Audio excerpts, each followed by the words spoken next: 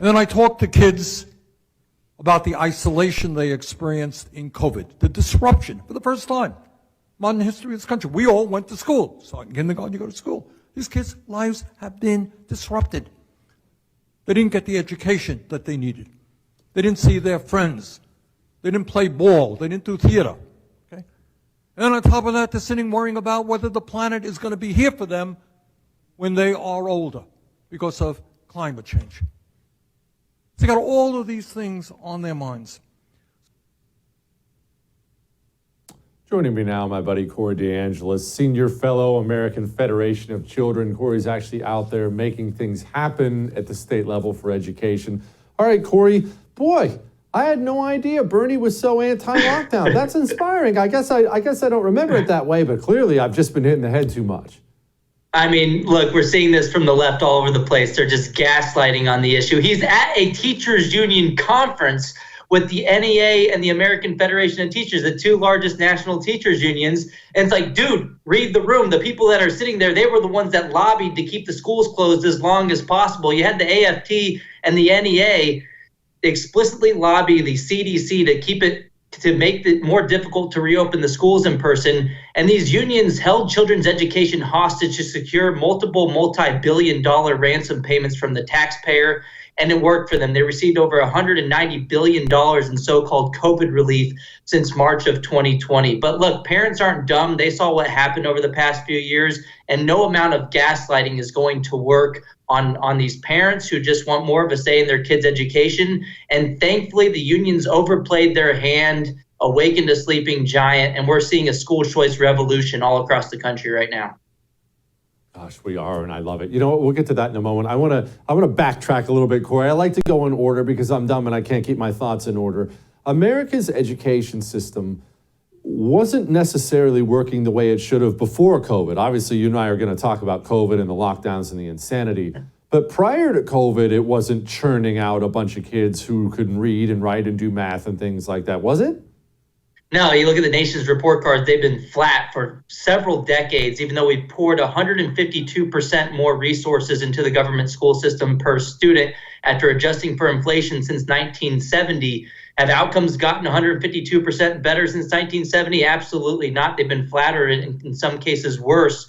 Things haven't gotten any better. It's just during COVID, it just became so obvious. I mean, it's one thing for the school system to fail your kids each and every year academically, and then we keep throwing more money at the problem, expecting different results, the definition of insanity.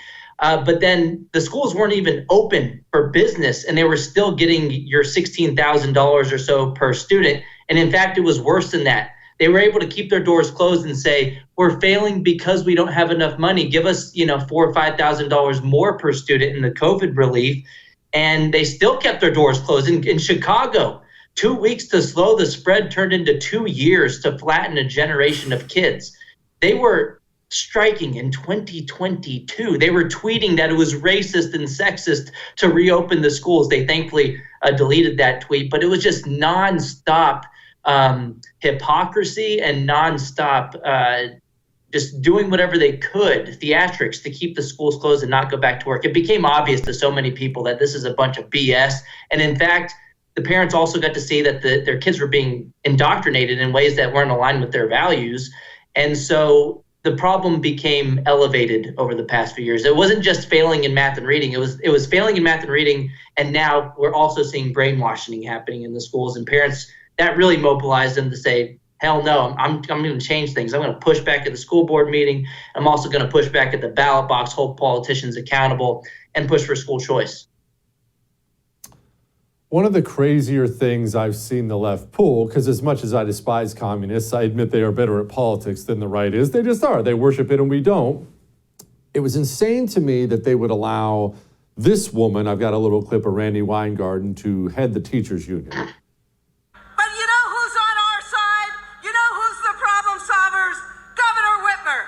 The party that wants to cut taxes for the rich and wants to cut the hard-earned benefits that Ohioans have earned.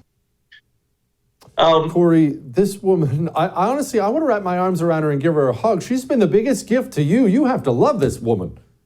Exactly. I was just about to say we should give her a trophy for being the best although inadvertent school choice advocate and homeschooling advocate over the past couple of years than anyone could have ever imagined. It has been joked that since we haven't been seen in the same room together, me and Randy Weingarten, that she's actually me in a mask, and she's doing the work for us by just overplaying their hand. They can't stop because they've been so drunk on power for so long. They don't know any better. So they keep stepping in it over and over again. I mean, just like a month ago, I woke up and I thought it was a Babylon Bee headline that she tweeted out, but it was actually a real tweet. She said, "I'm in Ukraine. I'm going to the front lines to assess the situation." What in the hell was Randy Weingarten doing in Ukraine? How did they pay for that? And what did she think she was going to do to help? Make the war go remote like she did with our schools? I mean, she closes all of her replies on Twitter, too, just like she closed the schools, because parents are fed up with the nonstop stream of gaslighting coming from the teachers' unions trying to rewrite history. This woman fought to keep schools closed, but although the schools are open now, the problems haven't gone away, and parents never want to feel powerless like they did in 2020 ever again. So they're pushing back. There's a new union in town, the kids union, and they're called parents, and they're going to win the war that the unions waged on their kids for decades now. One of the things, well, I'm not going to put words in your mouth, but you talk about choosing systems, right? Systems and things like that. I'll let you finish all that. But you've been out there at the state level making sure parents have choices. Give us an update. Make me feel better, Corey. It's not hard to make me feel like crap about the education system. I personally think it's probably our worst institution. It's getting better though, right? A little? Oh, absolutely. This is the one thing to be happy about over the past couple of years. The teachers unions overplayed their hand and awakened a sleeping giant. And now in 2021, we called that the year of school choice because we had 19 states enact or expand programs to fund students as opposed to systems. Allow the money to follow the child to a public, private, or charter school or home-based education option that works for your kids. And then in 2022, Arizona said, you know what, we're going to one-up all you guys and go all in. Arizona Governor Doug Ducey signed into law the biggest school choice victory in U.S. history. It is the gold standard of what we've been fighting for decades, to allow all the state funding to follow the child to the public, private, charters, or home-based education environment of their choosing. Every student is eligible, regardless of income, regardless of background. And West Virginia did the same thing. And now this year, we thought we're almost getting tired of winning, because this year now we have Iowa went all in, Utah went all in. This week we're expecting Arkansas perhaps to go all in as well. We saw Wyoming Senate pass a bill going all in. We saw South Carolina pass a new school choice initiative through their Senate. And we've seen committee votes that are very, very favorable as well. Florida's House Education Committee, Innovation and Choice in Education Committee passed a universal school choice bill, which means all students are eligible. Idaho, Tennessee, there's just a ton of red states engaging in friendly competition right now. I live in Texas. I grew up here. I moved back from DC. I got out of the swamp, thankfully, a couple of months ago.